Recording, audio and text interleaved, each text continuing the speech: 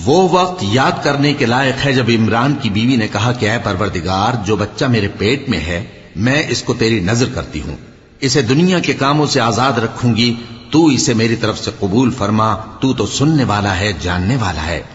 फिर जब उनके यहां बच्चा पैदा हुआ तो कहने लगी कि परवरदिगार, मेरे तो लड़की हुई है, जबकि अल्लाह खूब जानता था जो उनके यहां विलादत हुई थी, और न होता लड़का मानंद इस लड़की के।